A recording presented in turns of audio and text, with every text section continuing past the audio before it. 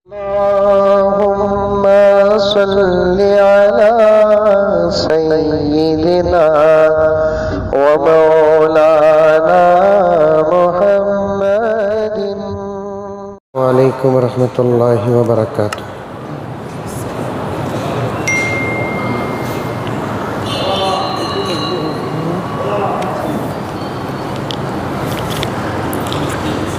الحمد لله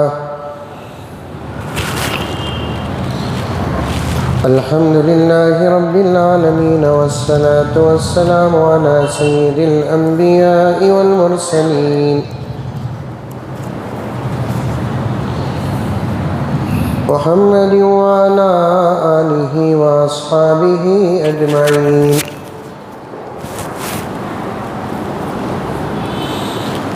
أما بعد، فأعوذ بالله من الشيطان الرجيم. بسم الله الرحمن الرحيم.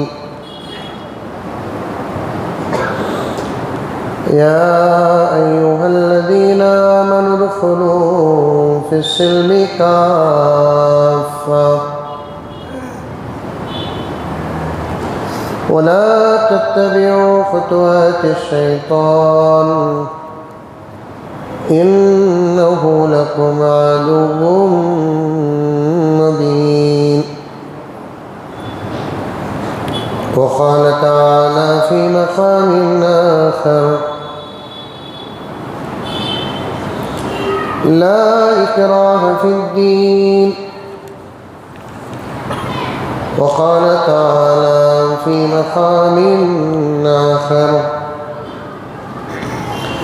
أفأنت تكره الناس حتى يكونوا مؤمنين. وقال تعالى في مقام آخر: إنا نحن نزلنا الذكر وإنا له لحافظون. صدق الله مولانا العظيم. اللهم صل على سيدنا نبينا مولانا محمد وعلى آل سيدنا نبينا مولانا محمد وبارك وسلم. اللهم صل على محمد بعدد أوراق الأشجار وبعدد أخطار الأمطار وبعدد دواب البرار والبحار وعلى آله وصحبه وبارك وسلم. اللهم صل على محمد كما هو أهله ومستحقه.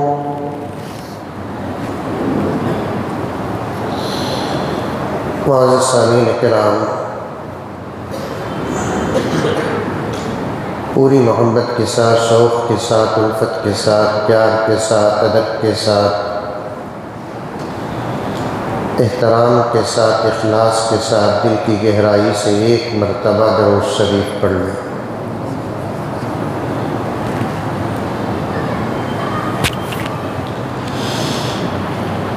معزز سامعین،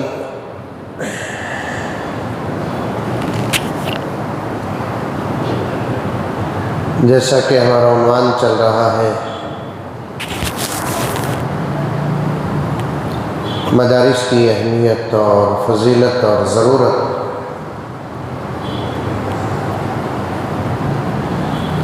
بیچ میں بہت ساری باتیں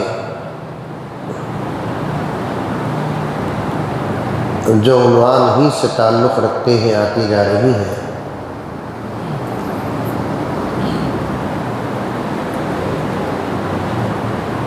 بعض لوگ پوچھتے ہیں، شاید سوچتے بھی ہوں گے، مدارس کی اہمیت پر بات ہو رہی ہے لیکن بات کہیں سے کہیں جا رہی ہے۔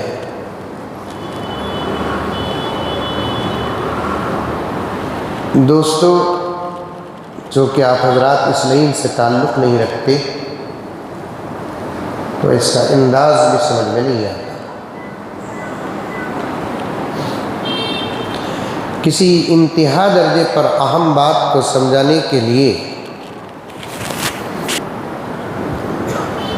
شروع میں بہت ساری باتوں کو خلاصے کے طور پر یا تفصیل کے طور پر پیش کرنا پڑتا ہے، تب جا کر اہم بات بہت جلدی سمجھ میں آتی نہیں بلکہ دلوں میں پتھر کے نقش کی طرح اتر جاتی ہے۔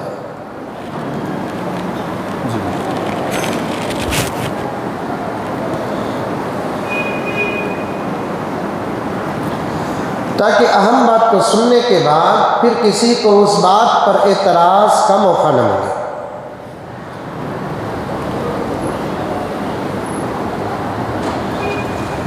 گزشتہ جمعے کی بہت ساری باتیں جو باقی رہ گئی ان کو جوڑتے ہوئے گزرنے سے پہلے ایک بات مثال کے طور پر آپ کے سامنے پیش کر کے اپنی بات کو آگے بڑھاؤں۔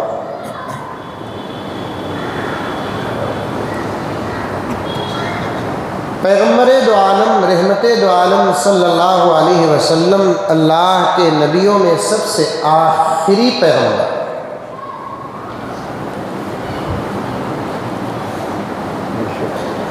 دنیا میں تشریف لائے، اللہ تعالیٰ بھیجا، مبعوث فرمایا۔ 40 سال کے بعد آپ نے نبوت کا اعلان فرمایا۔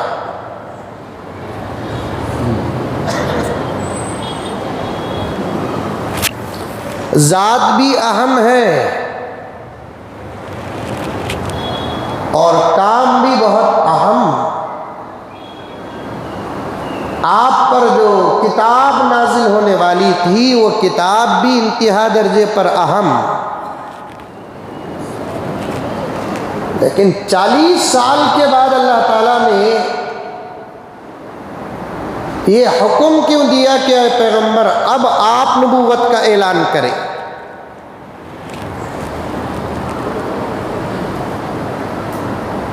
اس کے کئی جوابات اور اسباب میں سے یہ کیے ہیں۔ پہلے اللہ تبارک و تعالی پیغمبر کی پرسنل زندگی کو قوم کے سامنے پیش کر دیا، بعد میں اہمیت کو پیش کیا تاکہ آپ کی زندگی کو زمانہ دیکھ کر آپ کی اہمیت پر اعتراض نہ کرے۔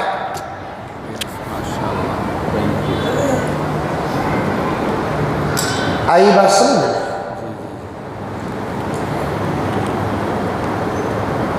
اگر آپ کو کوئی جھوٹا کہے تو پھر آپ پر اعتراض کرنے والے کو یہ سوال کیا جائے گا، جو اللہ کا بندہ 40 سال میں ایک جملہ جھوٹ نہیں کہا وہ اب کیا جھوٹ بول سکتا ہے؟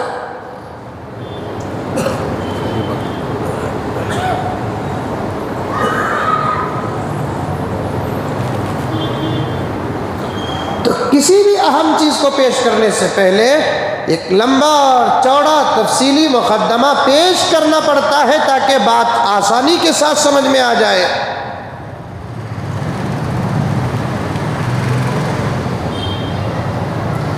اسی لیے میں نے گزشتہ جمعہ پھر سے ایک بات عرض کیا تھا، 3 چیزیں پہلے سن لے جو گزشتہ جمعہ مکمل نہ ہو سکے۔ دین پر قائم رہنا،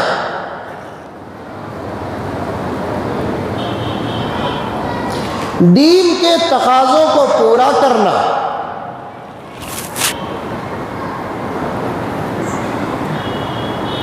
اور دین پر قائم رہنے کے لیے اللہ تعالیٰ سے دعا کرتے رہنا۔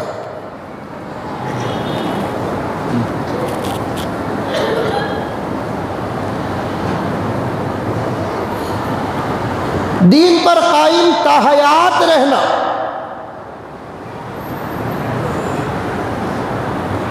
اور دین پر قائم رہنے کے لیے دین کے تقاضوں کو پورا کرتے رہنا۔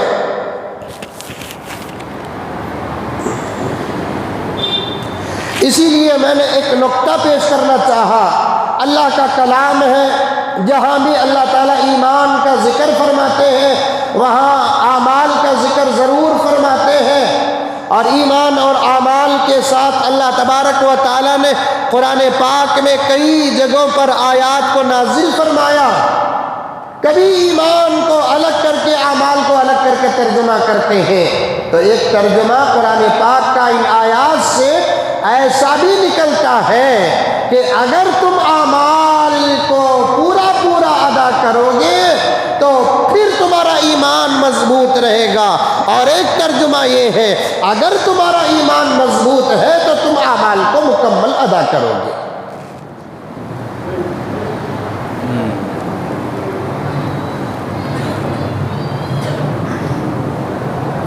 سمجھنے والی بات ہے، توجہ کے ساتھ سنیں اور سمجھیں۔ اصل ایمان ہے، اعمال بات کا درجہ ہے۔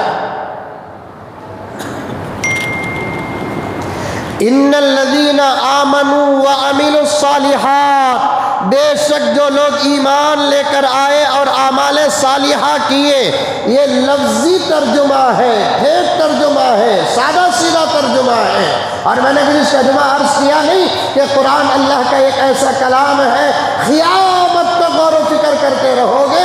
رب کعبہ کی قسم، ہم لوگوں کو بہترین نکات قیامت تک نکلتے رہیں گے۔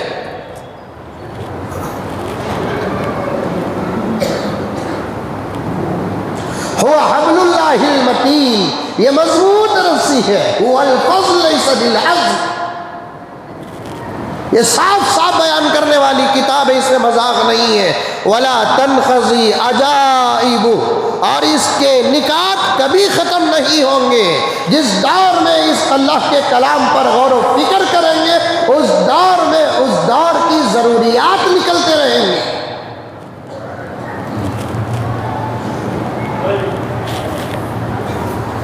علماء بیٹھے ہیں اور بعد میں بھی جا کر اپنے اپنے علاقے کے علماء سے پوچھ لینا۔ اللہ تبارک و تعالیٰ نے قرآن میں کئی جگہ پر ارشاد فرمایا، انداز بدل بدل کر، افلا یتدبرون القرآن، کیا تم قرآن پر غور و فکر نہیں کرتے؟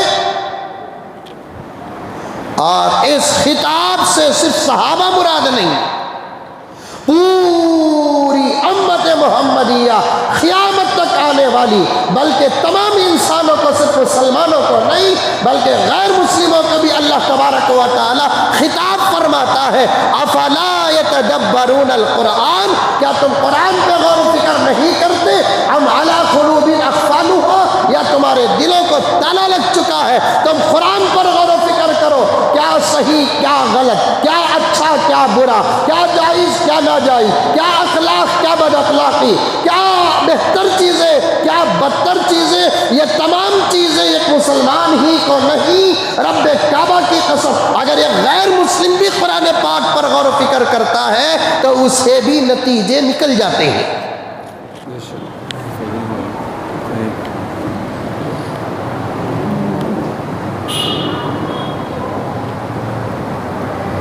افلا یتدبرون القرآن، کیا تم قرآن پہ غور و فکر نہیں کرتے؟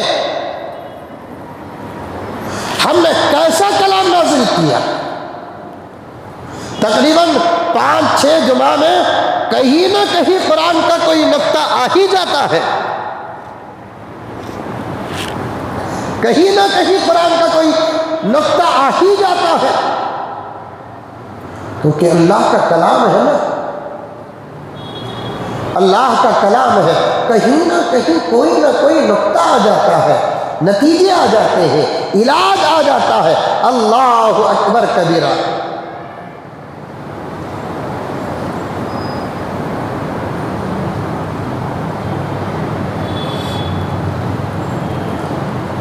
اس کے انداز سے نتیجے نکل رہے ہیں، اس کی ترتیب سے نتیجے نکل رہے ہیں، اس کی تلاوت سے نتیجے نکل رہے ہیں، اس کے معانی سے نتیجے نکل رہے ہیں۔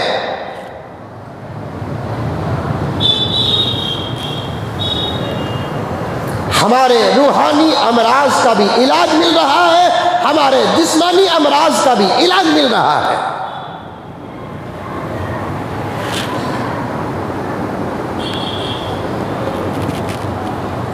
دو تین باتیں بڑی اچھی ہیں، میں نے نوٹ کر کے رکھا تھا، آپ سنیں۔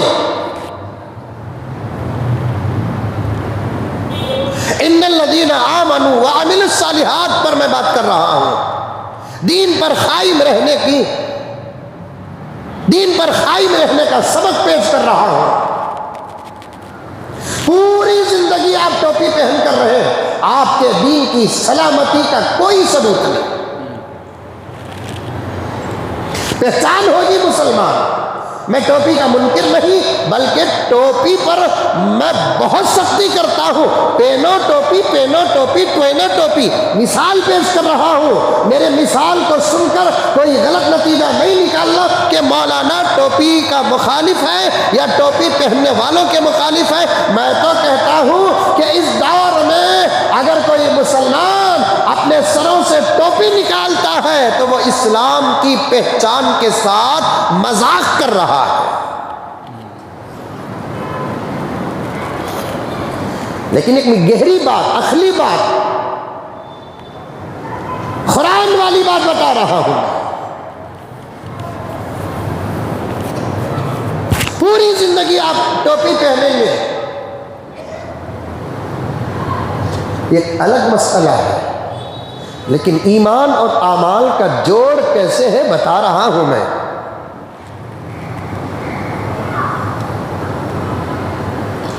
آج کل خیالات بہت منتشر ہیں، بہت منتشر، جوان، بوڑھا، مرد، عورت، بچہ، سب خیال بڑا منتشر ہے، بڑا منتشر ہے خیال۔ جذبات بہت ابھر رہے ہیں، اپنے نفسانی خواہشات پر کنٹرول نہیں ہے، جتنا نگاہوں کی حفاظت کرنا چاہتے ہیں اتنا ہی نگاہ بھٹک رہی ہے۔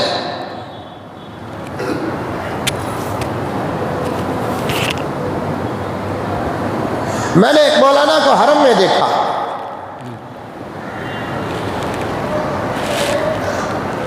طواف سے فارغ ہو کر آ رہا تھا میں نے دیکھا کہ ایک مولانا، وہ پولیس والے راستہ پھیر دیے تو ہم کو بہت دور پھر کر پھر باہر نکلنا تھا۔ جب میں وہ دور پھر کر باہر نکلنے کے راستے پہ آ رہا تھا تو ایک کونے میں ایک مولانا الحمدللہ قرآن کی تلاوت میں مصروف تھے، میں ان کو جانتا ہوں اور وہ مجھے جانتے ہیں، عالم دین ہے، متقی پرہیزگار ہے، ایک بہت بڑے بزرگ کے خلیفہ ہیں الحمدللہ، سلسلے نقشبندیہ اور سلسلے رفاعیہ اور سلسلے قادریہ سے تعلق رکھتے ہیں، بہت بڑے اللہ والے الحمدللہ۔ لیکن وہ کونے میں بیٹھے ہوئے ہیں، میں پہچانا اور گیا، سلام عرض کیا، کیونکہ حرم کی ملاقات بھی عبادت ہے، حرم کی ملاقات بھی عبادت ہے، حرم کی ملاقات بھی محبت ہے۔ وہاں ہر کوئی ایک دوسرے کو دعا کی درخواست کرتا ہے، دعا قبول ہونے کی جگہ ہے۔ اگر میں آپ کے لیے دعا کروں انشاءاللہ میری دعا قبول، آپ میرے لیے دعا کریں انشاءاللہ آپ کی دعا قبول ہے۔ اس لیے میں سیدھا گیا، سلام عرض کیا، وہ مجھے دیکھے، محبتوں کا اظہار کیے، مصافحہ کیا، معانقہ کیا، بیٹھے، تھوڑی دیر بیٹھے، اور وہاں ان کے پاکٹ میں ایک بیگ رہتی ہے حاجیوں کی، وہاں پر ان کی پاکٹ میں تو کچھ کھانے پینے کی چیزیں تھی، انہوں نے میرے سامنے پیش کیا اور میں بھی کھاتا رہا، بیٹھا رہا، میرا بچہ بھی ساتھ تھا۔ اس کے بعد میں نے پوچھا حضرت طواف سے فارغ ہو گئے؟ تو حضرت نے فرمایا اب تو طواف بھی امتحان بن گیا ہے۔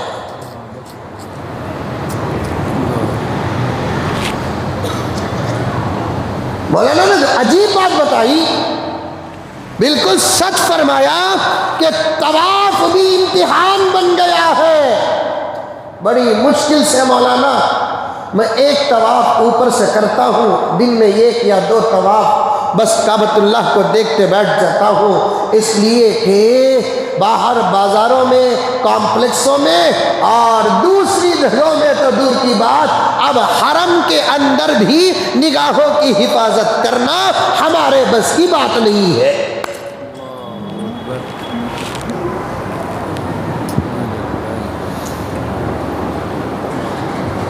لاکھ کوشش کرنے کے باوجود بھی ہماری نگاہوں میں کنٹرول پیدا نہیں ہو رہا ہے۔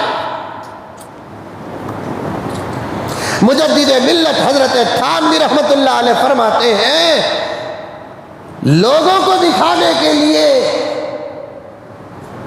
تصنع کے ساتھ تقویٰ تو اختیار کر سکتے ہیں، لیکن حقیقت میں تقوی پر برقرار رہنا اس زمانے میں ہر کسی کے بس کی بات نہیں۔ اور میں بارہا کہتا ہوں میرے پیاروں، میرے نوجوانوں، میری مائیں اور بہنیں، میرے بھائیوں، میرے بزرگوں، اس زمانے میں 40 سال اگر تہجد بھی ترتیب پڑھیں گے، اس سے جو فائدہ ہوگا اس سے زیادہ نگاہوں کی حفاظت کرو گے تو فائدہ ہوگا۔ خطرہ ہے، خطرہ،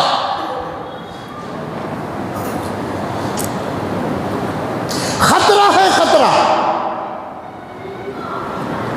اور اب ہمارے خیالات ان کنٹرول کیوں ہوئے، ہماری نگاہیں ان کنٹرول کیوں ہوئی، ہمارا دل دماغ منتشر کیوں ہو رہا ہے؟ نوجوان تو بھی پریشان ہے، میں جانتا ہوں تو پریشان ہے، گناہ کرنے کے لیے پریشان ہے، گناہ کر کے بھی پریشان ہے۔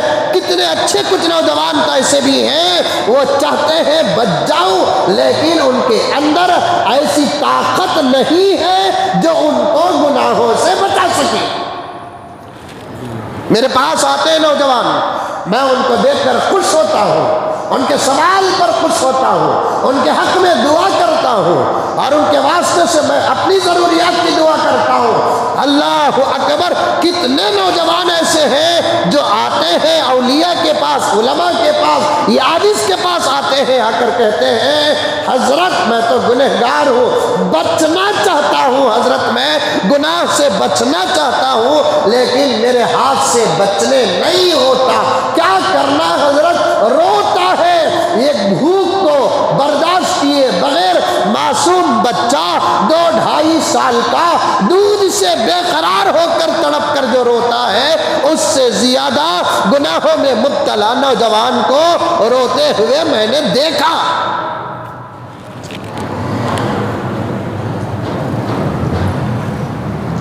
سب سے پہلی بات یہ ہے گنہگار کو اپنے گناہ کا احساس پیدا ہوتا ہے، یہ بھی اس کے ایمان کی علامت ہے۔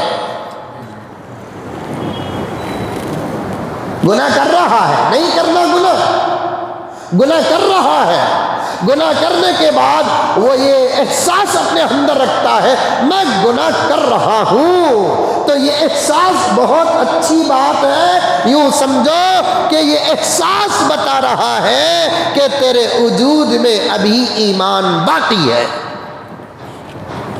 لیکن پیارو، گناہ کرنے کے بعد اگر گناہ کا احساس نہ ہو اور اپنے اندر شرمندگی نہ ہو تو سمجھ جاؤ کہ یہ بہت بڑے خطرے کی گھنٹی ہے۔ یہ احساس کا ختم ہونا بے ایمان ہونے کر مرنے کی گھنٹی ہے۔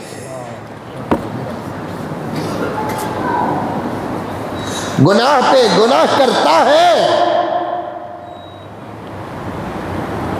لیکن گناہ کے بعد توبہ کرتا ہے، شرمندہ ہوتا ہے، افسوس کرتا ہے، اور اس بات کا احساس ہے کہ میں گناہ کر رہا ہوں، تو یہ احساس بہت اچھی چیز ہے۔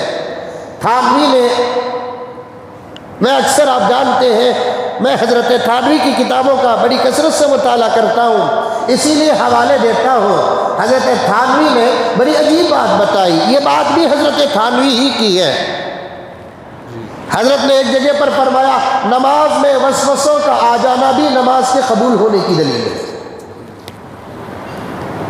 ہمارے جگہ سادے سیدھے آدمی کو پوچھے نماز میں کیا کیا کی خیالات آتے نا حضرت بولے تو ہمیں کیا بولیں گے؟ نماز دہرابا بول کر بولیں گے۔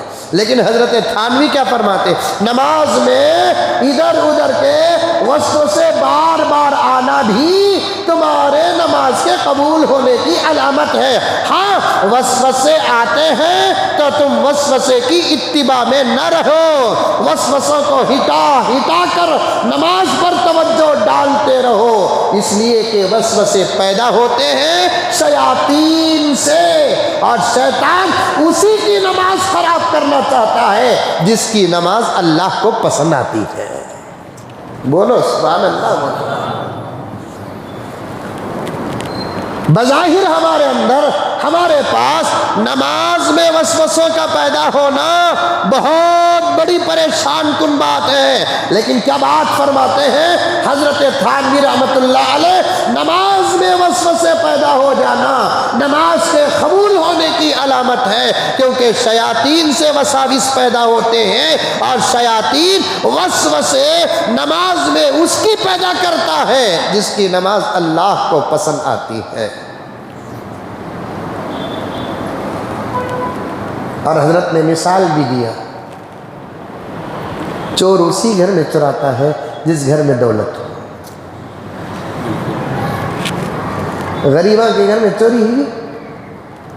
ارے ہوئی کب کبھی نہیں ہوئی ہے، چوراں ترقی میں انہوں بھی پریشان ہوئی، ان کو بھی کیا بھی نہیں مل رہا ہے۔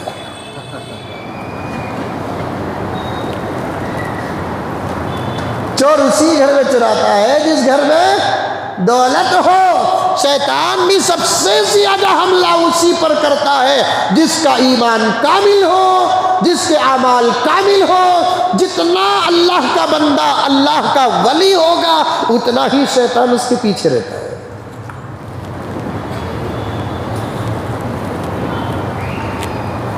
پیران پیر محبوب سبحانی شیخ عبد القادر جیلانی رحمۃ اللہ علیہ کا واقعہ میری اس بات کے لیے مضبوط دلیل ہے۔ حضرت پیران پیر محبوب سبحانی شیخ عبد القادر جیلانی رحمۃ اللہ علیہ سراج الاولیاء، بہت بڑے اولیاء، ماں پیٹ ولی، ماں پیٹ ولی۔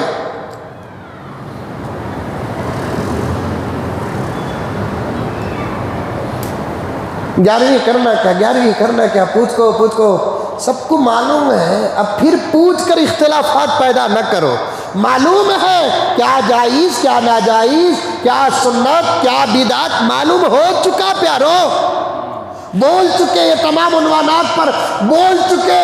اب پھر مسائل پوچھ کر ہم کو سچ کہنے پر مجبور نہ کرو، پھر ہم جو ہے وہ بولیں گے تو پھر اختلاف پیدا ہوگا۔ اب امت اختلاف کو برداشت کر نہیں سکتی، بالکل اب طاقت نہیں ہے امت کے پاس اختلاف کو برداشت کرنے کی، اب طاقت نہیں ہے۔ اب صرف ہم اس نتیجے پر پہنچے ہیں لنا اعمالنا ولکم اعمالکم۔ بات تو واضح ہے، بات تو واضح ہے، بہت ساری باتیں دین کی اور دین سے باہر کی، بہت ساری باتیں دین کی اور دنیا کی سب کو سمجھ میں آ چکی ہے، بس عمل کرنے کی ضرورت ہے، عمل کرنے کی ضرورت ہے۔ میں بہت دور کا اشارہ دے رہا ہوں، شریعت کا بھی اشارہ دے رہا ہوں، سیاست کا بھی اشارہ دے رہا ہوں، سب باتیں سب کو سمجھ میں آ چکی ہے۔ کوئی بات ایسی نہیں جسے دنیا نہیں سمجھتی ہو، کوئی بات ایسی نہیں جسے مسلمان نہ سمجھتا ہو، کوئی بات ایسی نہیں جسے میرے اس ملک کا ہندو بھائی نہ سمجھتا ہو، کوئی بات ایسی نہیں جس کو عیسائی بھائی نہ سمجھتا ہو، کوئی بات ایسی نہیں جس کو یہودی بھائی نہ سمجھتا ہو، سب واضح ہو چکی ہیں باتیں، بس پتہ نہیں کہ آدمی عمل کیوں نہیں کر رہا ہے۔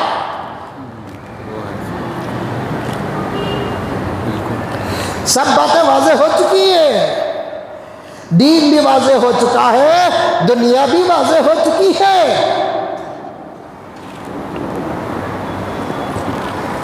بار بار پوچھ کر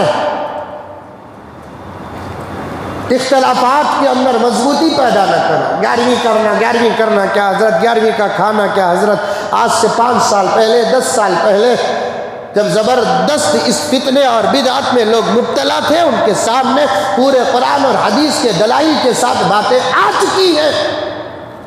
کھیر پوری کھا سکتے ہیں کیا حضرت؟ کھیر پوری کے بارے میں تو جتنا سخت مولانا انظر شاہ قاسمی دامت برکاتہم بولے، اور اس کے بعد میں جتنا سخت بولا ہوں شاید کہ کوئی اور بولا ہوگا، کھیر پوری کے بارے میں بول کر میرا حال تو پوری بن گیا۔ پھر بھی اب پوچھتا گھگو کھیر پوری رجب میں کھا سکتے ہیں کیا حضرت؟ رجب میں کی کھاتا، شعبان میں کھا، رمضان میں کھا، رمضان میں کھاتا دوپہر میں نہیں، افطاری میں کھا، سحری میں کھا، شوال میں کھا، عید کے دن ناشتے میں کھا، بقرعید میں کھا، وہ رجب میں کھانا سب معلوم ہے ان تمام چیزوں کا دین سے کوئی تعلق نہیں. نماز کا دین سے تعلق ہے، روزے کا دین سے تعلق ہے، زکوٰۃ کا دین سے تعلق ہے، تلاوت کا، ذکر کا، درود کا، خدمت کا، ان تمام چیزوں کا دین سے تعلق ہے. وہ چیزیں جس کو آج خاص طور پر ہندوستان اور پاکستان کے مسلمان غیر دین کو دین بنا چکے ہیں، اس کا قرآن سے کوئی تعلق نہیں، اس کا حدیث سے کوئی تعلق نہیں، اس کا صحابہ کی زندگی سے کوئی تعلق نہیں. یہ دین نہیں ہے، دین نہیں ہے، دین نہیں ہے.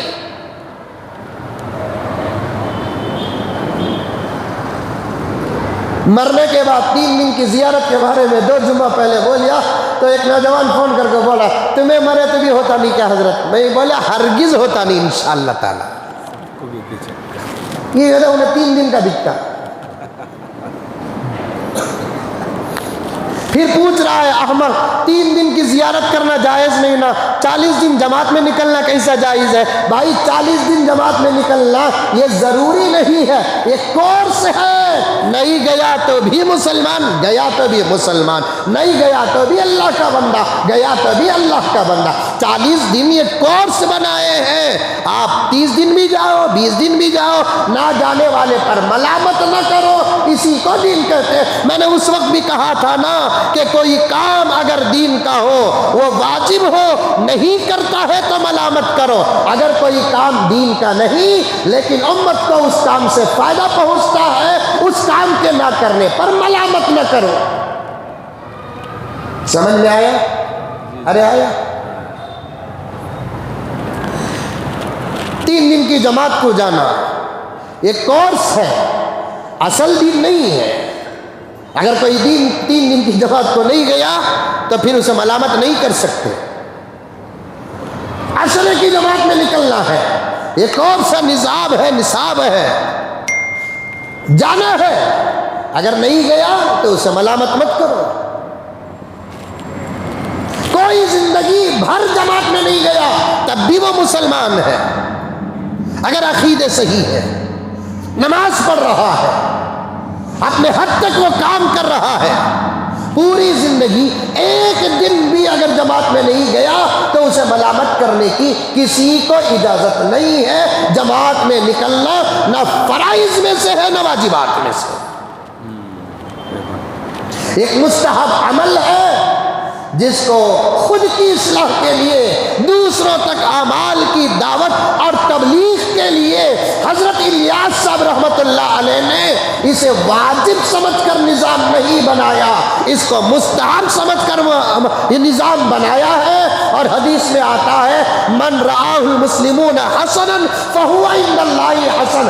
اگر کوئی کام مسلمانوں کے نزدیک بہت اچھا ہے تو وہ اللہ کے نزدیک بھی اچھا ہے، لیکن شرط یہ ہے کہ اسے ضروری نہ سمجھے. نماز ضروری ہے، تلاوت ضروری ہے، ذکر ضروری ہے، درود ضروری ہے، روزہ ضروری ہے، زکوٰۃ ضروری ہے، حج ضروری ہے، خدمت ضروری ہے، اطاعت ضروری ہے، معاشرت کا حق ادا کرنا ضروری ہے. یہ چند چیزیں ایسی ہیں جو ضروریات میں سے نہیں ہے. یہاں بھی اس وقت غلو پیدا ہو گیا ہے، یہاں بھی اس وقت غلو پیدا ہو گیا ہے. دعوت و تبلیغ میں بھی حد درجے غلو پیدا ہو گیا ہے. کوئی اللہ کا بندہ جماعت کو نہیں جاتا تو جانے والا اسے ملامت کرتا ہے. اب تک تمہیں ایسی ایسی ایسی اہمیت کے ساتھ بیان کرتا ہے. حج کو نہیں گیا تو کوئی پرواہ نہیں، اگر جماعت میں نہیں گیا تو بہت بڑا دین کا نقصان ہو گیا. لا حول ولا قوت الا باللہ، ایسی بات نہیں ہے. لیکن جانا بہت اچھا ہے، بہت اچھا ہے جانا. تو 3 دن کی زیارت کو 3 دن کی جماعت کو جوڑنے والا نادان ہے. 10 دن کے فاتحہ کو اور 10 دن کے جماعت کے نظام کو جوڑنے والا جاہل ہے. مرنے کے بعد کے 40ویں کو اور چلے کی جماعت کو اور اس نظام اور نصاب کو جوڑنے والا نادان ہے. ایک کورس ہے بھائی، کورس، عین دین نہیں ہے. ہمیں 40 دن قرآن کا عمل سمجھ کر نہیں کرتے، بس ایک نظام بنائے ہیں کیونکہ 40 دن کا ایک اثر پڑتا ہے. 40 دن تک آقا نے ایک جگہ پر فرمایا جو 40 دن تک تکبیر تحریمہ کے ساتھ 5 وقت نماز پڑھ لیتا ہے وہ نفاق سے بری ہو جاتا ہے.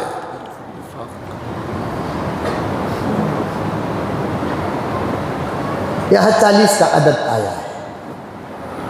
اور ایک روایت میں ہے جو مدینہ منورہ میں 40 نمازیں باجماعت مسجد نبوی میں پڑھے گا اس کے لیے نبی کی سفارش واجب ہو جاتی ہے. ایک نظام ہوتا ہے. 40 دن اگر کوئی اللہ کا بندہ کسی عبادت میں مصروف رہتا ہے، اللہ اور اس کے رسول کی طرف سے کوئی آفر ملتا ہے اور مزید اس عمل کی اس کے اندر عادت پیدا ہو جاتی ہے اور پیٹ میں بھی بچہ ماں کے 40 دن کو شکل بدلتا رہتا ہے.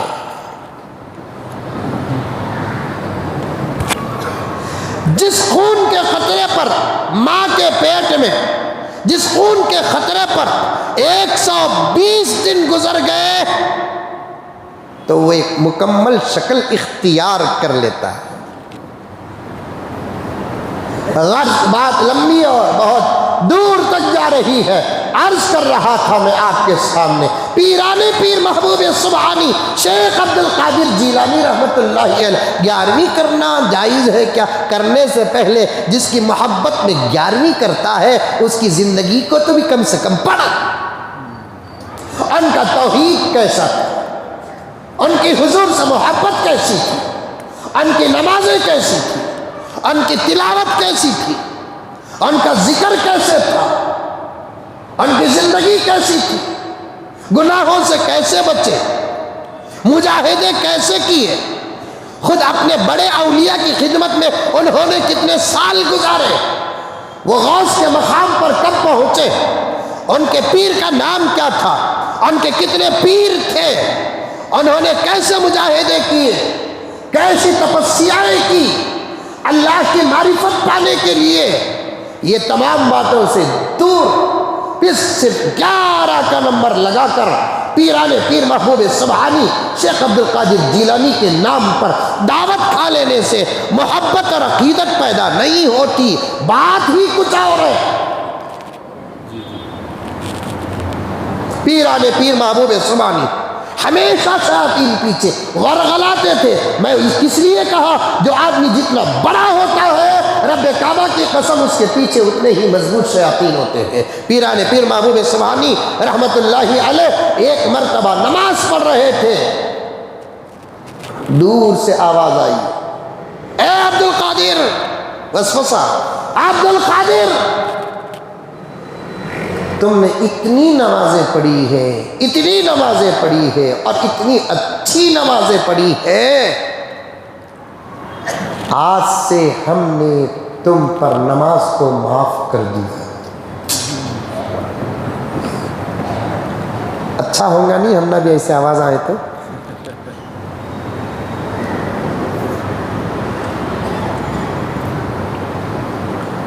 اے عبد القادر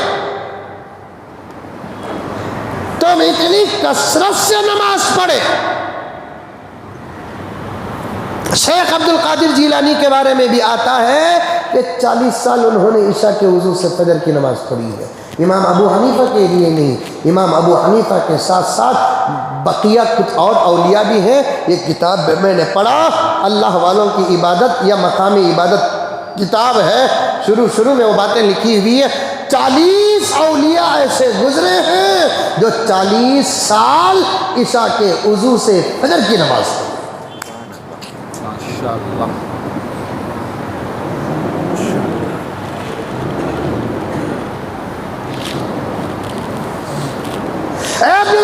تمہاری نماز ہم کو اتنی پسند آئی، آج سے ہم نے تم پر نماز کو معاف کر دیا ہے۔ پیران پیر محبوب سبحانی شیخ عبدالقادر جیلانی، اللہ کا فضل شامل حال تھا۔ یاد رکھو، نبی ہو کہ ولی ہو، نبی ہو کہ صحابی ہو، جب تک خدا نہ بچائے کوئی بچتا نہیں۔ نبی ہو، صحابی ہو، ولی ہو، غوث ہو، قطب ہو، ابدال ہو، کوئی بھی کیوں نہ ہو، جب تک اللہ نہ بچائے کوئی بچتا نہیں۔ عبدالقادر جیلانی رحمۃ اللہ علیہ سوچتے ہیں وہ نماز جو میرے نبی پر معاف نہیں ہوئی،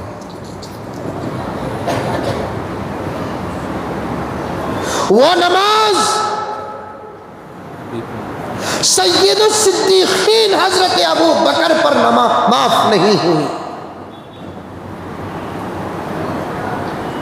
وہ نماز لو کان من بعدی نبی لکان عمر نبیا، یہ سند جس کے پاس تھی اس پر نماز معاف نہیں ہوئی۔ پوری امت میں مقدس جماعت حضرات صحابہ پر نماز معاف نہیں ہوئی، وہ نماز جو امام المجتہدین حضرت امام ابو حنیفہ پر معاف نہیں ہوئی، وہ نماز جو امام شافعی، امام مالک، امام احمد پر معاف نہیں ہوئی، وہ نماز جو رئیس المحدثین حضرت امام بخاری پر معاف نہیں ہوئی، وہ نماز جو عشاق ملائکہ حضرت امام احمد بن حنبل پر معاف نہیں، مجھ پر کیسے معاف ہو سکتی ہے؟ یہ آواز اللہ کی نہیں، کسی شیطان کی ہے۔ فوراً لا حول ولا قوت الا باللہ، یہ پڑھتے ہیں شیطان بھاگتا ہے، بھاگتے بھاگتے پھر ایک تیر۔ عبدالقادر آج تجھ کو تیرے علم نے بچا لیا، آج تجھ کو تیرے علم نے بچا لیا۔ حضرت محبوب سبحانی رحمت اللہ علیہ فرماتے ہیں کہ کمینے جاتے جاتے بھی ایک اور تیر چھوڑ کر جا رہا ہے، مجھے میرے علم نے نہیں بچایا، مجھے میرے اللہ نے بچایا۔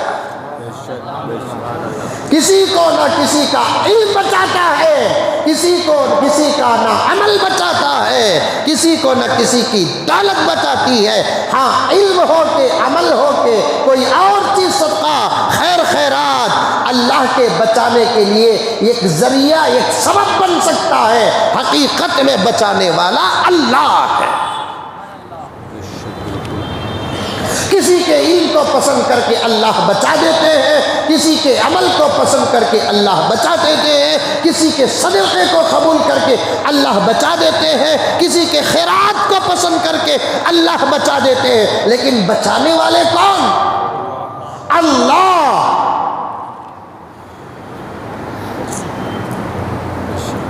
ایک بات باہر کی یاد آ رہی ہے، سمجھنے کے لائق ہے، اور بات آسانی سے سمجھ میں بھی آ جائے گی، دور تک پہنچنا بھی ضروری ہے۔ حضرت مولانا ارشد مدنی دامت برکاتہم، اللہ سلامت رکھے، عمر میں برکت عطا فرمائے، جب بھی یاد کرتا ہوں دل کی گہرائی سے، عمیق گہرائی سے حضرت قبلہ کے لیے دعا نکلتی ہے۔ حضرت کے ایک بیان میں سارے ہندوستان میں ہلچل پیدا ہو گئی، ہلچل پیدا ہو گئی، اور حضرت کے بیان کو سمجھے بغیر سب سے پہلے ناراض ہونے والے جو سوامی تھے، ان کی ویڈیو کلپ میں نے قریب میں دیکھا، کیونکہ شعبان کا مہینہ ہے، بہت مصروف رہتا ہوں۔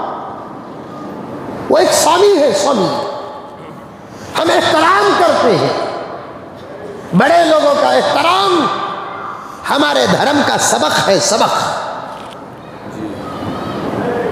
بڑے لوگوں کا ادب ہمارے دھرم کا سبق ہے سبق، من لم یرحم صغیرنا ولم یعقر کبیرنا فلیس منا۔ زبردست سبق ہے میرے دوستو۔ کیا فرمایا میرے آقا صلی اللہ علیہ وسلم؟ جو چھوٹوں پر رحم نہیں کرتا، جو بڑوں کا ادب نہیں کرتا، آقا فرماتے ہیں وہ میرا غلام نہیں۔ اس سے بڑا محبت کا کہیں اور پیغام ملے گا؟ جو چھوٹوں پر رحم نہیں کرتا اور بڑوں کا ادب نہیں کرتا، آقا فرماتے ہیں فلیس منا، وہ ہمارا نہیں۔ اب بڑے بولے تو کون بڑے؟ اڑپی ہوٹل کا بڑا ہے نا، انہوں بڑے، الدین بڑا۔ سنو بڑے کون ہے بولتا ہوں، سنو۔ سب سے پہلی بات سنو، جو اپنے آپ کو بڑا رہ کر بھی چھوٹا سمجھتا ہے وہی بڑا ہے۔ جو اپنے آپ کو بڑا رہ کر بھی چھوٹا سمجھتا ہے وہی اصل میں بڑا ہے۔ یہ پہلا بڑا آدمی ہے۔ میں بڑا، میں بکری کا بچہ میں بولے سکا، میں بولنے والا آدمی بڑا ہو نہیں سکتا۔ کون بڑے بتا رہا ہوں میں آپ کو، آ گئی تو بات بڑی اچھی بات ہے۔ نوجوان نسل غور سے سنو، آج تمہارے پاس ادب نہیں ہے، اسی لیے آج تمہاری زندگیوں میں خوشیاں بھی نہیں ہے۔ ادب نہیں ہے تمہارے پاس، برکت نہیں ہے۔ با ادب با نصیب، بے ادب بے نصیب۔ اسلام میں ایمان کے بعد اخلاق کا اور ادب کا بہت بڑا مقام ہے۔ آج ہمارا نیا نسل نوجوان ادب سے دور۔ آج سے 50 سال پہلے جو ادب تھا، بلکہ 25 سال پہلے جو ادب تھا نوجوانوں کے پاس، لڑکے اور لڑکیوں کے پاس، وہ ادب آج نہیں ہے، ہمارے معاشرے میں نہیں ہے، نہیں ہے ادب۔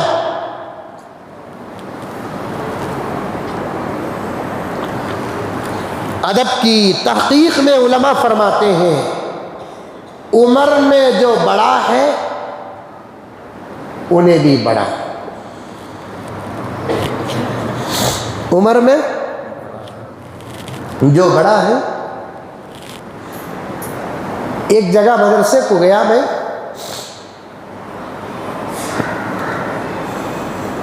تو کچھ بچے خدمت کے لیے استاد نے کہا کہ مولانا کی خدمت میں لگے رہو، تو کچھ بچے خدمت میں لگے رہے۔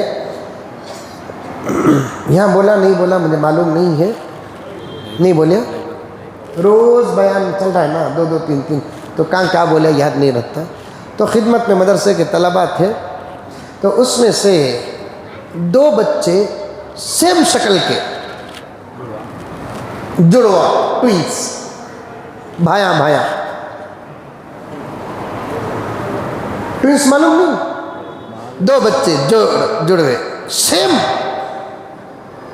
بعض جگہ ایسا ہوتا ہے، کہیں ٹوئنس پیدا ہو جاتے ہیں، لڑکا لڑکی، کبھی 2 بھی لڑکیاں کبھی 2 بھی لڑکے، اور تقریباً اکثر جگہوں پر جو ٹوئنس اور جڑواں ہوتے ہیں وہ سیم شکل کے ہوتے ہیں، بلکہ طبیعت بھی سیم ہوتی ہے، الحمدللہ ہوتی ہے، کیونکہ ایک تھیلی کے اندر زندگی گزارے سونا 9-10 مہینے، اس لیے طبیعت بھی ایک ہو جاتی ہے۔ بعض دفعہ تو ایسا بھی آپ کو دیکھنے میں ملا ہوگا، بات کی تحقیق کے لیے ڈاکٹروں سے پوچھو کہ ایک بچے کو بخار آتی ہے، پتہ نہیں کہ دوسرے کو بھی بخار کیسے آ جاتی ہے۔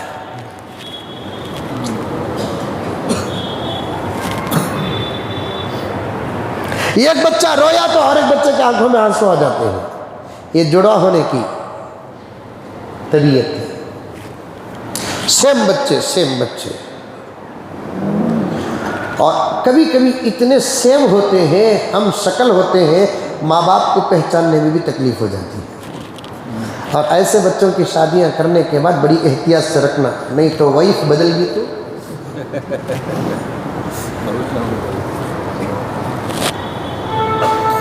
سمجھ میں نہیں آتا۔ سیم دو بچے خدمت میں لگے ہوئے ہیں، میں نے پوچھا کہ آپ دونوں؟ ہاں حضرت ہمیں بھائی بھائی ہیں، آپس میں ہمیں ٹوئنس ہیں، جڑواں ہیں۔ اچھی بات ہے۔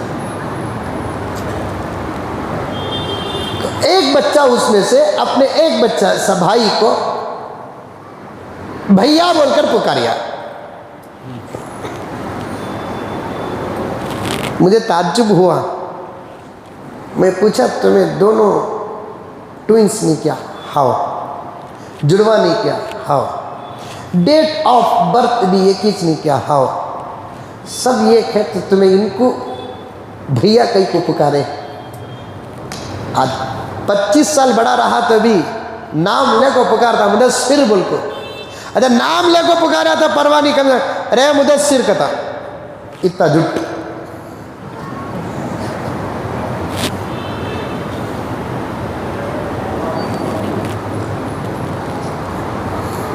بڑا اگر غریب ہے، چھوٹا اگر امیر ہے تو چھوٹے کی زبان تک بدل جاتی ہے، بڑے کو بڑا نہیں سمجھتے۔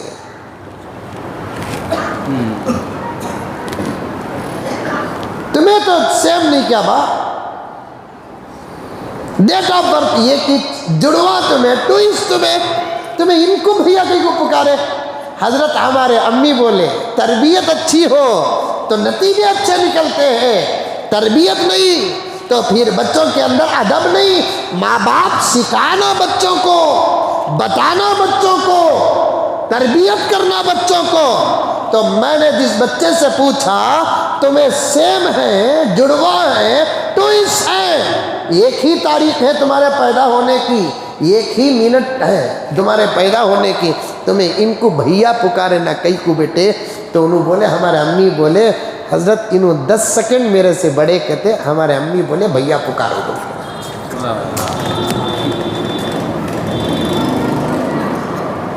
10 سیکنڈ انہوں بڑے کہتے حضرت، ہمارے بھائی امی بولے ان کو بھیا پکارو بول کر، تب سے میں بھیا ہی پکار رہا ہوں۔ آہا، ایک منٹ بھی اگر کوئی بڑا رہا تو انہیں بڑا اس کا ادب کرو۔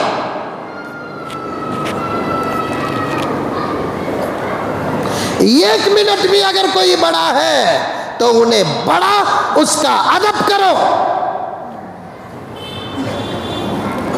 ادب پر بات آ گئی تو عرض کر رہا ہوں، ضروری ہے نوجوانوں مجھے معاف فرمائے، میں یہاں جو بیٹھے ہیں میرے با ادب نوجوان ساتھیوں کو میں کچھ نہیں کہہ رہا ہوں، جن کے پاس ادب نہیں ہے ان تک یہ بات پہنچانا چاہتا ہوں، تم شکل میں انسان ہو، حقیقت میں ادب نہ ہونے کی وجہ سے تمہاری زندگیاں جانور سے بھی بدتر ہو گئی۔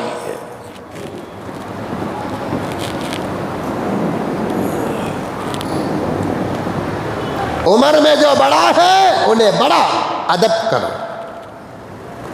علم میں جو بڑا ہے انہیں بڑا اس کا بھی ادب کرو۔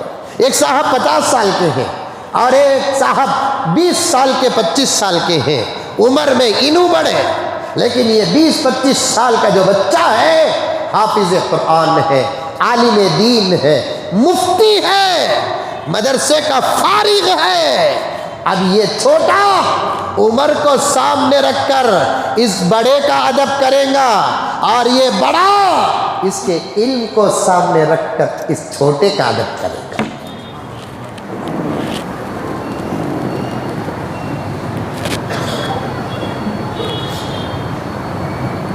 مولوی صاحب چھوٹے بچے کو منہ بھر کو پکار رہا، مولوی صاحب، حافظ صاحب، ہمارا اپنا ہی بچہ اگر عالم بن گیا، ہمارا اپنا بھانجا عالم بن گیا، ہمارا اپنا بھتیجا عالم بن گیا، مفتی بن گیا، اب دوسرے بھانجوں کو، بھتیجوں کو، دوسرے بچوں کو پکارنے کی طرح اب اسے نہیں پکاریں گے، مانا کہ وہ عمر میں چھوٹا ہے لیکن علم میں اب وہ بڑا ہے، اس کا ادب کرنا اب اس بڑے کے لیے واجب ہو جاتا ہے۔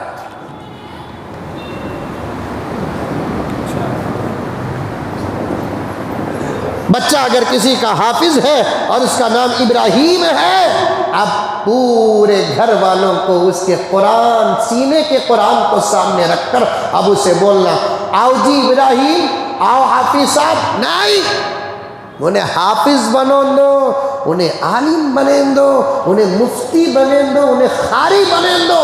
بعض لوگوں کی زبان پتھر بدل جاتا ہے، پہاڑ بدل جاتا ہے، زبان نہیں بدل۔ رے ابراہیم، رے ارے ادھر، شریعت کیا کہتی ہے؟ ادب کے تقاضے کیا ہیں؟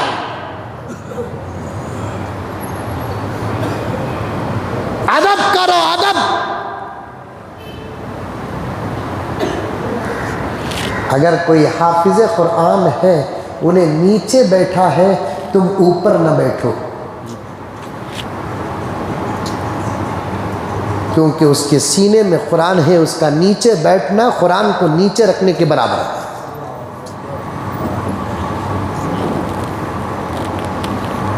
تم نیچے بیٹھو، حافظ کو اوپر بٹھاؤ۔ اگر اتنا ظرف نہیں ہے تو کم سے کم اتنا تو کرو کہ تم جہاں بیٹھے ہیں وہاں حافظ کو بٹھاؤ۔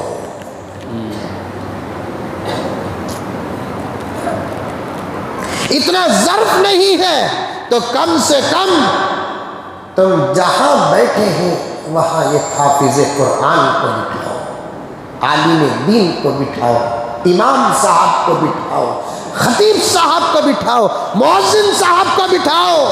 ارے کیسے کیسے ناپاک لوگ آتے ہیں تو اٹھ کر کھڑے ہو جاتے ہو، نبی کا وارث آتا ہے، اٹھ کر کھڑنے کے لیے کیا تمہارے گھٹنوں میں طاقت نہیں؟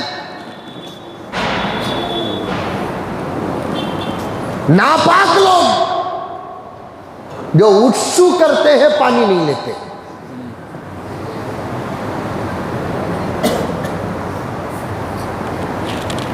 ملاقات کرتے ہیں، غسل نہیں کرتے،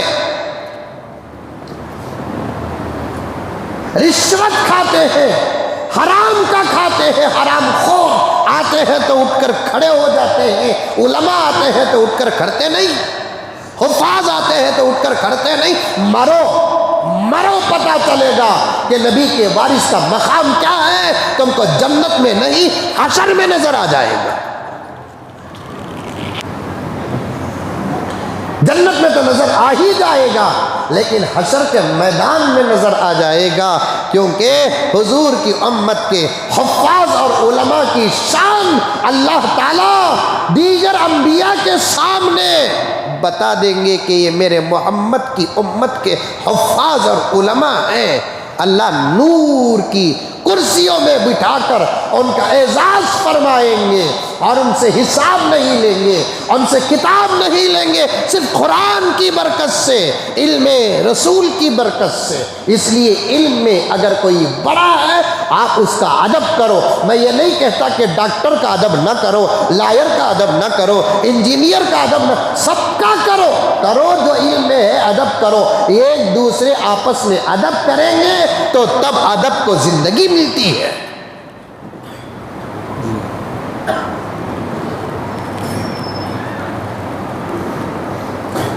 پہلا بڑا کون؟ جو اپنے آپ کو چھوٹا سمجھتا ہے۔ دوسرا بڑا کون؟ جو عمر میں بڑا ہے۔ تیسرا بڑا کون؟ جو علم میں بڑا ہے۔ چوتھا بڑا کون؟ جو عمل میں بڑا ہے۔ عمل میں جو بڑا ہے، 50-60 سال کا ہے، داڑھی نہیں ہے، بار بار موت بٹن دبا رہی ہے، اس عمر میں بھی داڑھی نصیب نہیں ہوئی ہے، 60-70 سال کے بوڑھے تک شیونگ کر رہے ہیں، شیونگ۔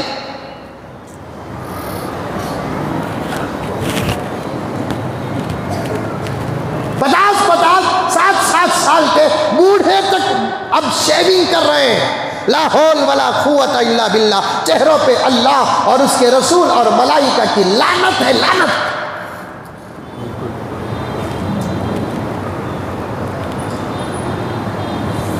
ایک 50-60 سال کا آدمی ہے، چہرے میں داڑھی نہیں ہے، ایک 20-25 سال کا نوجوان ہے، اس کے چہرے پہ داڑھی ہے، تو پھر اس کے عمل کو دیکھ کر اس داڑھی مناونے والے کو چاہیے کہ اب اس داڑھی والے کا ادب کرے۔ اسے بولتے ادب، ان عمل کا ادب، عمل کا ادب۔ ایسے ہزاروں واقعات کتابوں میں پڑھے ہیں پیاروں، ہزاروں واقعات۔ جس کے پاس عمل ہے اس کا بھی ادب کرو۔ کتنے ہوئے؟ 4۔ 5واں، جو رشتے میں بڑا ہوتا ہے اس کا بھی ادب کرو۔ عمر میں بڑا الگ، رشتے میں بڑا الگ۔ سسرا رشتے میں بڑا، سسرا معلوم؟ ارے نہیں معلوم؟ کسی بھی نہیں ہے کہ سسرا؟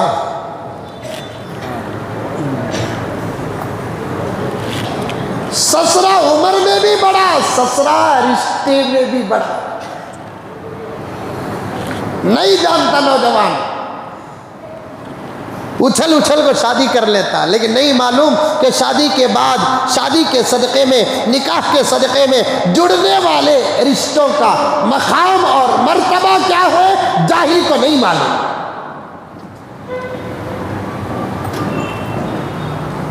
سسرا رشتے میں بڑا ہے، نیا رشتہ جڑا ہے، جوئی رشتے میں چھوٹا ہے، لیکن الٹا جوئی سوچتا میرا رشتہ بڑا، میں جوئی کی تو فرعون کا پڑ پوترا، تو بڑا نہیں ہوا، تیرا سسرا بڑا۔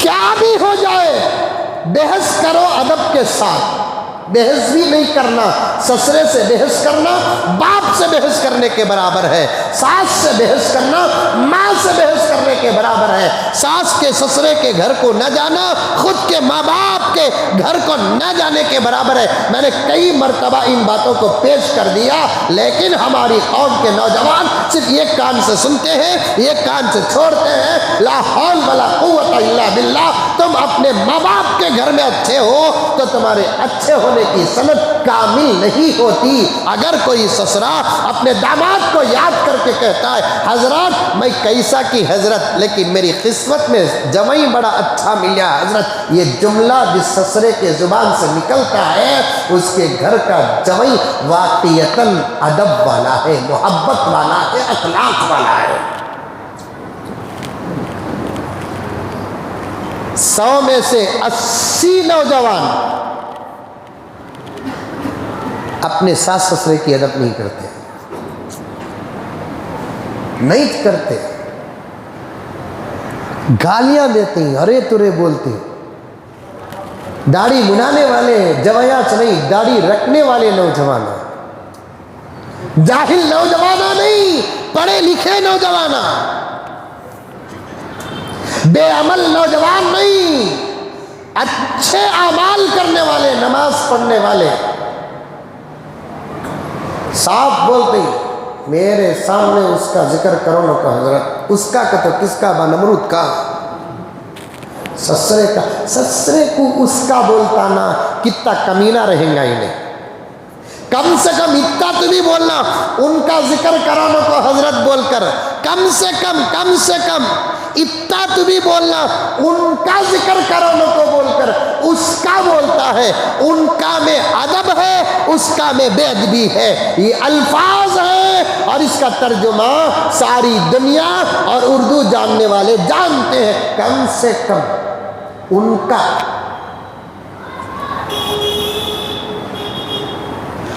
تمہارے اماں سجی خراب ہوتے سو یہ بولو، نہیں بولنا، یہ بھی نہیں بولنا۔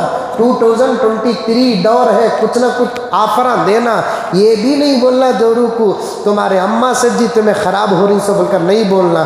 بھائی چاند ایسا بولے تو بھی اتنا بولنا تمہارے اماں سے جی تمہیں خراب ہو رہی سو، یہ نہیں بولتا تیری اماں سے یہ تو خراب ہو رہی سو، تیری بولتا ماں کو جو رشتہ قرآن بنایا ہے اسے تیری بولتا ہے، پھر نماز پڑھ کر کیا فائدہ، داڑھی رکھ کر کیا فائدہ، پھر قرآن پڑھ کر کیا فائدہ، اعمال کر کے کیا فائدہ؟ میرے دوستو، ادب کا اظہار سب سے زیادہ زبان سے ہوتا ہے، ادب کا اظہار سب سے زیادہ زبان سے ہوتا ہے، وہ زبان ہی اچھی نہیں تو پھر تم لاکھ اچھے بن جاؤ، کوئی گارنٹی نہیں ہے۔ آج سب سے بڑا مسئلہ زبان کا ہے، جو غلط زبان استعمال کرتے ہیں میں یہ سوچنے پر مجبور ہو جاتا ہوں، معاف کر دو پیارو، معاف کر دو، آئندہ بیان سننے والے حضرات بھی مجھے معاف کر دے، مجھے جس کی زبان پسند نہیں آتی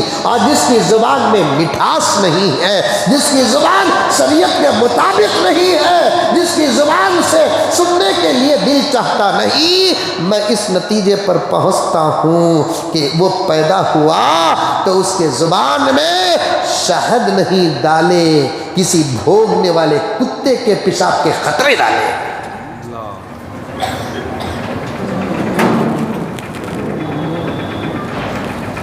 اچھی بناؤ زبان، اچھی پیاری بناؤ زبان، رشتے میں جو بڑا ہوتا ہے نا اس کا بھی ادب کرو، اس کا بھی ادب۔ ہمارے سسرے یہ بولو، ہمارے ساس یہ بولو، تمہاری اماں، یہ تو کم سے کم اردو شادی سے پہلے 1 مہینہ لکھنؤ کو جا کو آؤ، وہاں کا کچرا اٹھانے والا ہوٹل کا وائٹر جو اردو بات کرتا نہیں، یہاں کے پڑھے لکھے نہیں بات کرتے، وہاں ماں بہت کم بولتے ہیں، والدہ محترمہ بولتے ہیں۔ جورو لڑی تو بولنا، خاموش ہو جاؤ جی ورنہ تمہارے والد محترمہ سے تمہاری شکایت کر دوں گا۔ معاف کر لیو جی، بڑھا دیں۔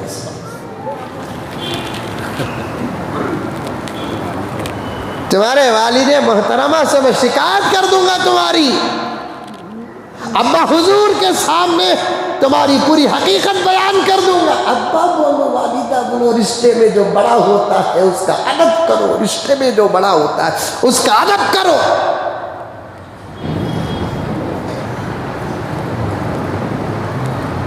نہیں کرتے، ادب نہیں کرتے، ادب نہیں ہے۔ بڑوں کے سامنے بیٹھو مت، اٹھ کر کھڑے ہو جاؤ۔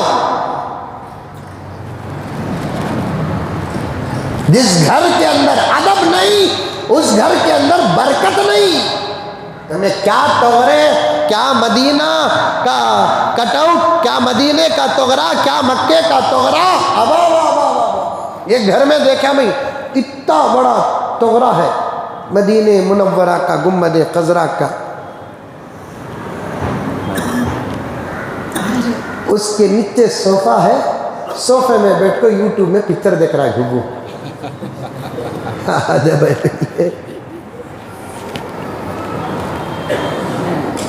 نہ اعمال معلوم، نہ آداب معلوم، کچھ نہیں معلوم۔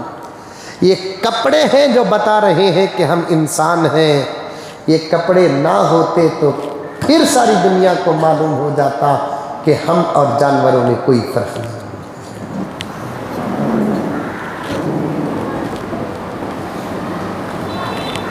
کھڑے رہتے بھی راستے میں کھڑے رہتے۔ بڑے آئے تو ایک زمانے میں چمکتے تھے، کم سے کم پھر کو کھڑ جاتے، اتنے چھکرا بیڑیا سگریٹا پی رہی آج کل، بنداس پی رہی۔ صحیح طور پر گھچیٹ کو چھوڑنا نہیں آ رہا، اتنا بڑا ہے، اتنی بڑی ہے سگریٹ، چپ کے دوستوں کو دکھانے کا میں بھی مارکو بولتا ہوں۔ صحیح طور پر کھینچ کو چھوڑنا نہیں آتا، پکڑنا نہیں آتا۔ لا حول ولا قوت الا باللہ۔ آج ہمارے اعمال سے ہم لوگ ذلیل ہو رہے ہیں پیاروں، ہمارے اخلاق سے ہم لوگ ذلیل ہو رہے ہیں، ہماری زندگیوں کو دیکھ کر نادان الزام لگا رہے ہیں کہ اسلام تلوار کے زور سے پھیلا ہے۔ میں وہی بتانا چاہتا تھا، مواد اور خزانہ میرے پاس موجود ہے، لیکن میں بات کو ادھوری کر کے جانا نہیں چاہتا۔ میرا رب دیتا ہے تو میں آپ کے سامنے پیش کر دیتا ہوں، ضرورت کے مطابق میرا رب دیتا ہے میں آپ کے سامنے پیش کر دیتا ہوں، ورنہ میں بتاتا۔ آج ہماری زندگیوں کو دیکھ کر نہ سمجھ لوگ ہمارے بڑوں کی زندگیوں پر الزام لگاتے ہیں، رب کعبہ کی قسم ہمارے بڑوں کی زندگیوں پر الزام لگاتے ہیں۔ کیا الزام لگاتے ہیں؟ کہ اسلام تلوار کے زور سے پھیلا۔ اسلام تلوار کے زور سے نہ پھیلا، نہ آئندہ پھیلے گا۔ اسلام تو پیار کے زور سے پھیلا، اسلام تو اخلاق کے زور سے پھیلا، اسلام تو صداقت کے زور سے پھیلا۔ اور یہ باتیں سب جانتے ہیں۔ اپنی نسلوں کو بدظن کرنے کے لیے اسلام اور مسلمانوں پر الزام لگاتے ہیں۔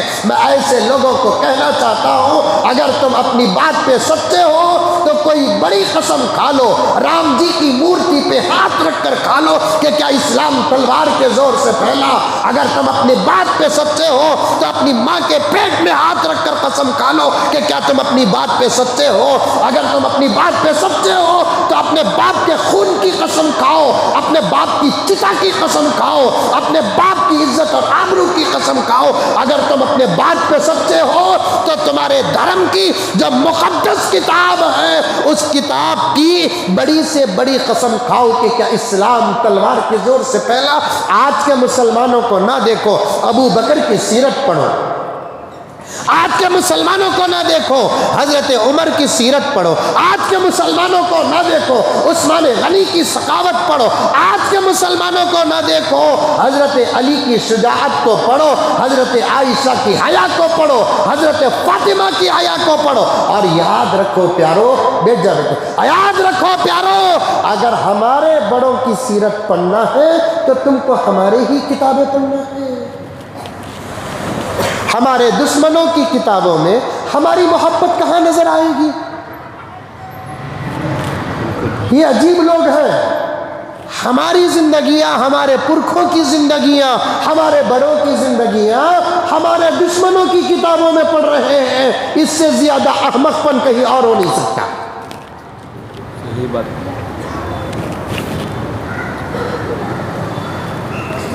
اس سے زیادہ بے وقوفانہ بات اور کوئی ہو نہیں سکتی۔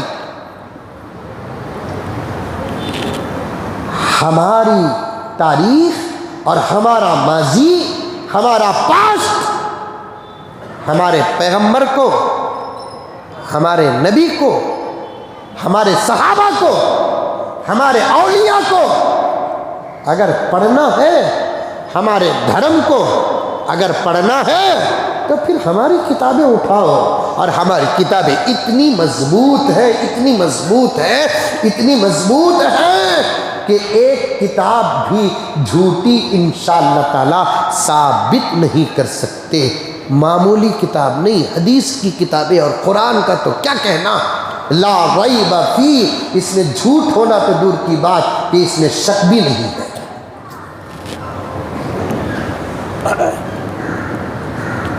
ہم کو دیکھ کر زمانہ غلط نتیجے نکال رہا ہے۔ پیارو، تم اچھے بن جاؤ، زمانے کو بتاؤ اخلاق کیا ہے۔ زمانے کو بتاؤ اخلاق کیا ہے، ادب کیا ہے۔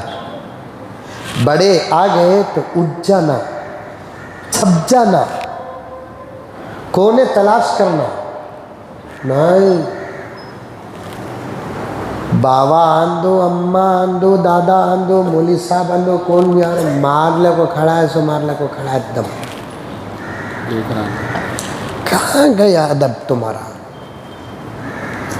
کہاں گیا؟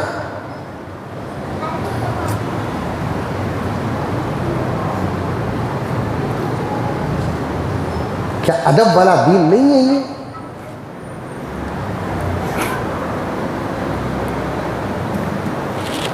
بڑے گزرتے ہیں تو چھوٹے کنارے میں ہو جانا۔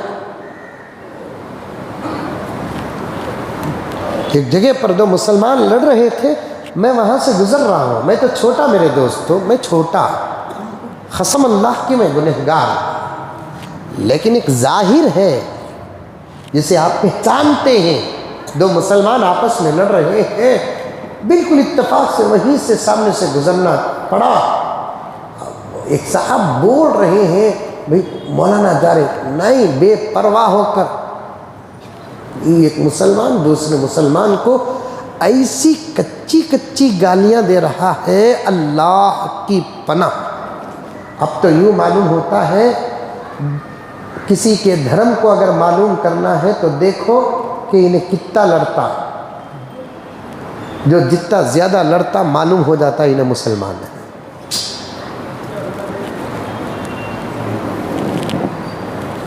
ادب پیدا کرو، ادب۔ اور پیارے آقا کے فرمان کو دیکھو، اس حدیث کی شرح میں آتا ہے، من لم یرحم صغیرنا ولم یؤخر کبیرنا، جو چھوٹوں پر رحم نہیں کرتا اور بڑوں کا ادب نہیں کرتا، یہی فرمایا آقا نے، مسلمان کی شرط نہیں لگایا، غیر مسلم بھی ہے، سکھ، عیسائی، ہندو، یہودی، کسی بھی دھرم کا کوئی کیوں نہ ہو، اگر وہ عمر میں تمہارے سے بڑا ہے، وہ اپنے دھرم کا کوئی بڑا ہے، تو پھر اس کا بھی آپ ادب کرو۔ یہ ہمارا سبق ہے، ہمارے بڑوں کا سبق ہے، ہمارے دھرم کا سبق ہے، قرآن کا سبق ہے، حدیث کا سبق ہے۔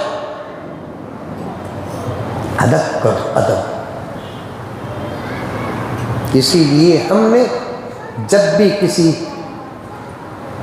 غیر مسلم دھرم کے لوگوں کے بڑوں کا نام لیا، پورے ادب کے ساتھ لیا۔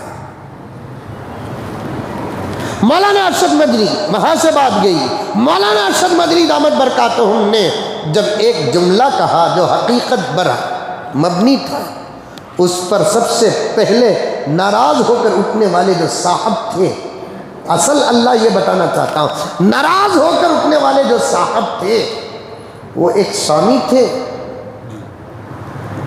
ان کی ایک کلپ میں نے دیکھا، کیا وہ کہہ رہے ہیں ہم کو بھگوان نے پیدا نہیں کیا، ماں باپ نے پیدا کیا ہے۔ کتنی نادان بات ہے، ماں باپ کیسے پیدا کیے؟ باپ کا خون کا ایک اتنا چھوٹا قطرہ تھا جو ماں کے پیٹ میں ٹرانسفر ہوا، لیکن اس ایک خطرے کو ایک مکمل انسان باہر سے اور اندر سے نہ باپ بنایا نہ ماں بنائی۔ ایک نادان انسان کے سمجھ میں آنے والی بات ہے، ایک جاہل انسان کے سمجھ میں آنے والی بات ہے۔ یہ ہندو، مسلمان، سکھ، عیسائی کے تمیز سے باہر ایک انسان کے سمجھ میں آنے والی بات ہے۔ یہ صرف ایک خطرہ تھا جو باپ کا۔ یہ نہیں کہہ رہے ہیں کہ ہم بھگوان کے خون کے قطرے ہیں، اللہ کے، وہ ان کے ایشور کے خون کے قطرے ہیں۔ یہ کہتے تو تب یہ کہنا صحیح تھا، ایشور اللہ اور ان کے خون کا قطرہ نہیں، میں تو میرے باپ کے خون کا قطرہ، تب یہ بات سمجھ میں آتی۔ بات سمجھ میں آ رہی ہے کیا بات؟ ارے آ رہی ہے نہیں ہے؟ کسے کسے آ رہی ہے ہاتھ اٹھا؟ میں کئی کو یہ باتیں بول رہا ہوں، معلوم آپ کو، میں نے ہر وقت کہتا رہتا ہوں، ہمارا دائرہ محدود پیارو، تمہارا دائرہ بہت بڑا ہوتا ہے، تم جہاں چاہے وہاں بیٹھتے ہیں۔ ہمارے کئی نوجوان جو آج کل بزنس کے لائن میں غیر مسلم بھائیوں کے ساتھ تعلقات پیدا کیے ہوئے ہیں، وہ کوئی چیز پرچیز کرنے جاتے ہیں یا ان کے دکان میں ان کا ریگولر کوئی پارٹی غیر مسلم آتا ہے تو ان باتوں کو چھیڑتا ہے۔ ہمارے نادان جواب دینے کی طاقت نہیں رکھتے۔ یہ باتیں ہم یہاں کہتے ہیں، آپ سمجھو اور جا کر دوسروں تک پرچار کرو۔ ہم بتانے والے ہیں آپ کو، اگر مولانا، اگر کوئی آدمی یہ کہتا ہے کہ ہمارا خون کا قطرہ بھگوان کا خون کا قطرہ ہے، ایشور کا خون کا قطرہ ہے، اوم کے خون کا قطرہ ہے، اور حقی سچی زبان اور برحق نام اللہ کے خون کا قطرہ ہے، تو بات غلط ہوتی۔ تب جا کر یہ آدمی بول سکتا اللہ کے خون کے قطرے سے میں پیدا نہیں ہوا، باپ کے خون کے قطرے سے پیدا ہوا۔ یہ سوال کا یہ جواب ہوتا۔ لیکن کہنے والا کیا کر، ہم کو پیدا کرنے والا اللہ ہے۔ ماں باپ ایک ذریعہ، ماں باپ ایک ذریعہ، ایک سبب، ایک راستہ، ایک خطرہ صاحب خون کا، اسی خون کے خطرے کو آپ نکال کر ایک باٹل میں ڈال دیں، 1,00,000 سال رکھیں گے، نہ وہ خطرہ انسان بنے گا، نہ وہ خطرہ باقی رہے گا، خراب ہو جائے گا۔ لیکن وہی خون کا قطرہ باپ کے صلب سے نکل کر ایک ماں کے پیٹ میں جب جاتا ہے تو اس پیٹ کے اندر 3 پردے ہیں، فی ظلمات 3۔ آج کی تحقیق جو کہتی ہے اس سے ہزاروں سال پہلے اللہ کا کلام کہہ دیا کہ یہ بچہ ماں کے جس تھیلی میں رہتا ہے اس تھیلی کے اوپر تھیلی کے پردے کے علاوہ 2 پردے مزید ہوتے ہیں۔ میرے رب کی قسم، جو بات آج ایکس رے بتا رہا ہے، اسکیننگ بتا رہا ہے، یا سی ٹی اسکین بتا رہا ہے، اس دور میں اللہ کا کلام بتا دیا کہ ایک انسان ماں کے پیٹ میں رہتا ہے، اللہ کتنے پردوں کے اندر اسے بناتا ہے، فی ظلمات 3 پردوں کے اندر بناتا۔ ایک خون کا قطرہ ٹرانسفر ہوا، اب اس خون کے قطرے کو اللہ کی قدرت بنا رہی ہے، اللہ تبارک و تعالیٰ بنا رہے ہیں۔ جس کو آپ اوم کہتے ہیں اس کو اسلام میں اور قرآن میں اور عربی زبان میں اللہ کہتے ہیں، اور ہم بار بار کہیں گے۔ ایک مولانا ارشد یہ بات غلط نہیں کہتے کیونکہ وہ پڑھا لکھا آدمی ہے، محدث کبیر ہے، مفسر جلیل ہے، فقہ کی گہرائی میں اترا ہوا ہے۔ وہ اللہ اس ایک خون کے قطرے کو رفتہ رفتہ رفتہ رفتہ رفتہ بناتا ہے۔ ثم خلقنا النطفة علقة فخلقنا العلقة مضغة فخلقنا المضغة عظاما فكسونا العظام لحما ثم أنشأناه خلقا آخر۔ ماں باپ ہڈی بنائے، کڈنی بنائے، لنگس بنائے، دھڑکتا دل بنائے، گوشت بنائے، طبیعت کا مختلف ہونا پوائنٹ سنو پیارو۔ ڈاکٹر حضرات اگر بیٹھے ہیں تو پھر میری بات کی تائید کرو کہ ہمارے طبیعتوں کا مختلف ہونا، رنگ روپ کا مختلف ہونا، کسی بچے کا صحت مند اور کسی بچے کا بیمار، کسی بچے کا سلامت اور کسی بچے کا ماں کے پیٹ میں اپاہج ہو کر پیدا ہونا، یہ بتاتا ہے کہ بچوں کو ماں باپ پیدا نہیں کرتے، اللہ پیدا کرتے ہیں۔ ماں باپ پیدا کرتے تو ہر بچہ گورا ہوتا، کوئی بچہ چاند پاشا نہیں ہوتا۔ ماں باپ جائیے نارائن ہردالیہ ہسپتال جو ہے، صرف دیکھنے کے لیے جائیے، اللہ آپ کو صحت عطا فرمائے۔ اللہم انا نسألک الصحۃ والعفہ والامانہ وحسن الخلق والرضا بالقدر۔ جائیے، ہاتھ کا اسپتال ہے، بہت بڑا اسپتال ہے۔ کتنی مائیں چھوٹے چھوٹے بچے کو لے کر آتی ہے گود میں۔ میں نے دیکھا، ایک مرتبہ جانے کا موقع ہوا، میرے ایک بیٹے کی طبیعت ناساز تھی، جب میں اس سلسلے میں گیا تو میں نے کئی ماؤں کو باپوں کو دیکھا کہ بچوں کو گود میں رکھے ہوئے ہیں، رو رہے ہیں۔ ماں باپ بناتے تو بچہ بیمار ہوتا۔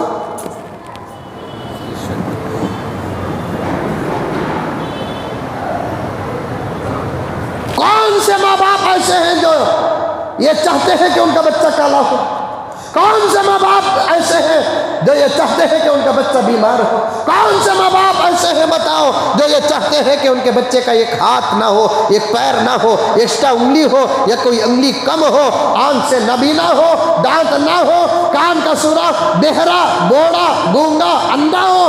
ہر ماں باپ چاہتے ہیں کہ ہمارا بچہ ساری دنیا میں سب سے زیادہ بے مثال ہو، لیکن یہ بچوں کا مختلف ہونا، طبیعتوں کا مختلف ہونا، رنگ روپ کا مختلف ہونا اس بات کی مضبوط دلیل ہے کہ بچوں کو ماں باپ پیدا کرتے نہیں، پیدا تو اللہ کرتے ہیں۔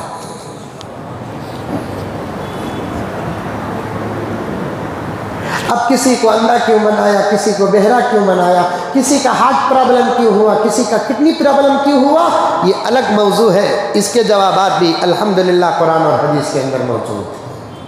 بنانے والے اللہ، بچانے والے اللہ، کھلانے والے اللہ، دینے والے اللہ، لینے والے اللہ، اور وہ 2 نہیں، 3 نہیں، 4 نہیں، 5 نہیں، 10 نہیں، 15 نہیں، وہ صرف ایک ہے، ایک ہے، ایک ہے، ایک ہے۔ وہ دکھتا نہیں، جب اس کے ہو جاتے ہیں تو وہ دکھتا ہے۔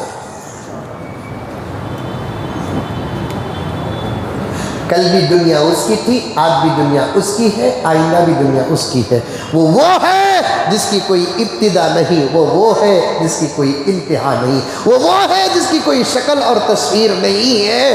انشاءاللہ تعالی ثم انشاءاللہ مرنے کے بعد حقیقت کھلے گی، اور ہم جیسے گنہگاروں کو ایمان کے صدقے میں جب جنت کو جانے کی سعادت نصیب ہوگی، جس کو سنتے تھے انشاءاللہ اس کو دیکھنے کی سعادت بھی مل جائے گی۔